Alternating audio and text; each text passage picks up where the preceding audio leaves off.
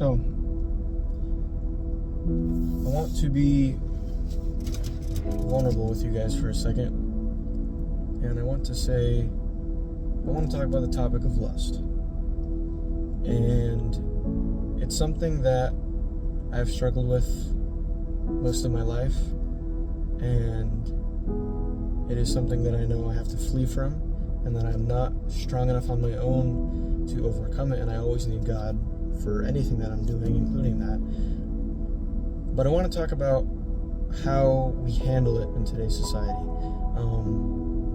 I know that by the time a boy is 10 to 11 years old, it is almost 100% certain in statistics that he has watched porn at least once. So that covers all of society. I know every single man in this generation, if not struggles with lust, has.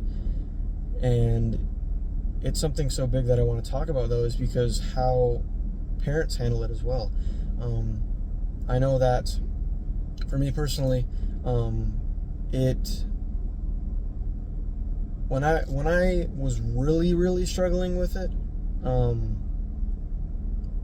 when I was a little bit younger and my parents knew, my consequence was to take away my phone and take away my electronics, they would call it, for 1 or 2 months, right? And so that temporarily gives my mind freedom and allows me to focus on things. But what it doesn't get rid of is the addiction. So as a parent, or as a friend, or as someone who has influence, keeping someone accountable, processing their thoughts, finding the root of the addiction will help a person way more than getting just rid of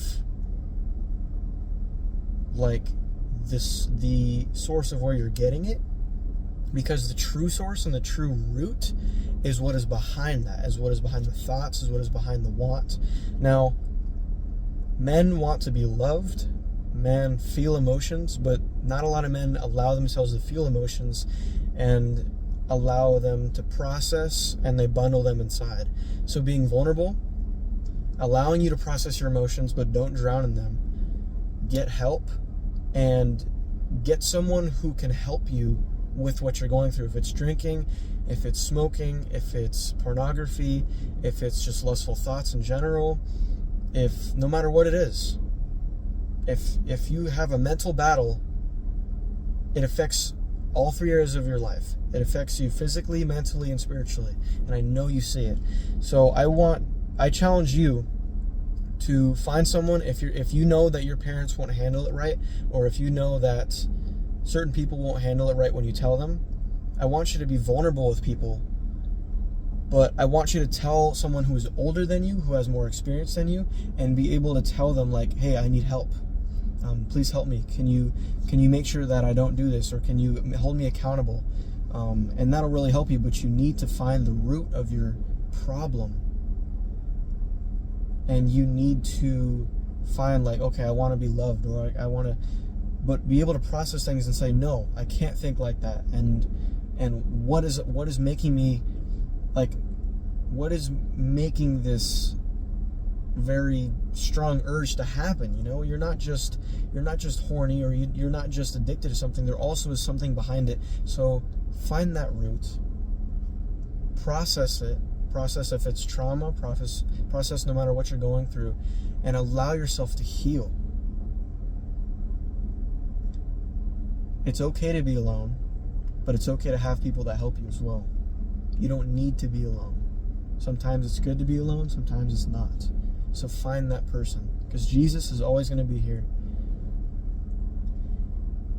If I see someone from very far away, I'm not going to be able to really tell what they look like. I'm not going to be able to really tell who they are from a distance, but they're right in front of me. The closer I get to God, the better I can see Him, and the closer I get to Him, I become better with him and more of a relationship with him, and I get closer to my Father. So remember that as well. Spend time with him. Pray. You can pray like he's your friend, your best friend, your father, your whatever you like. God's always here.